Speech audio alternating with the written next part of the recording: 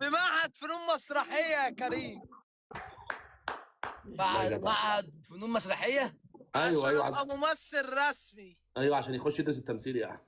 بس بقول لك خلي بالك من نفسك وانت رايح يا حبيب قلبي. لا ما تقلقش يا حبيب قلبي. بقول لك ايه يا عيسى يا كريم، ما ايه تيجي نروح له اخر يوم امتحانات؟ نروح له على حد في المدرسه بالطوب ولا ايه؟ لا هنروح لا يا عم العيال بتضرب عنده يا عم. لا يا عم لا تعين سكر يا كريم. وانا عيل صغير ضربني بجنزير في فرحك.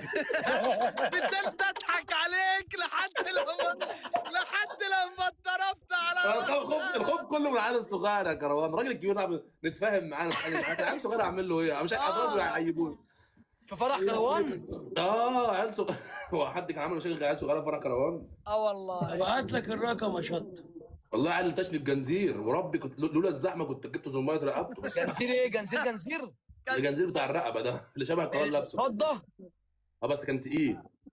ضربك بيه فين يا كريم؟ بس بيضحك انا بضحك يا كمان انا يا جدع، ده بضحك. فرحك يا جدع. العريس نفسه اتضرب. لا اوعى اقسم بالله ما طب اتلمست. وربي دخلت لقيت كروان مزنوق ورا السماعه واسامه واقع تحت السماعه من كده.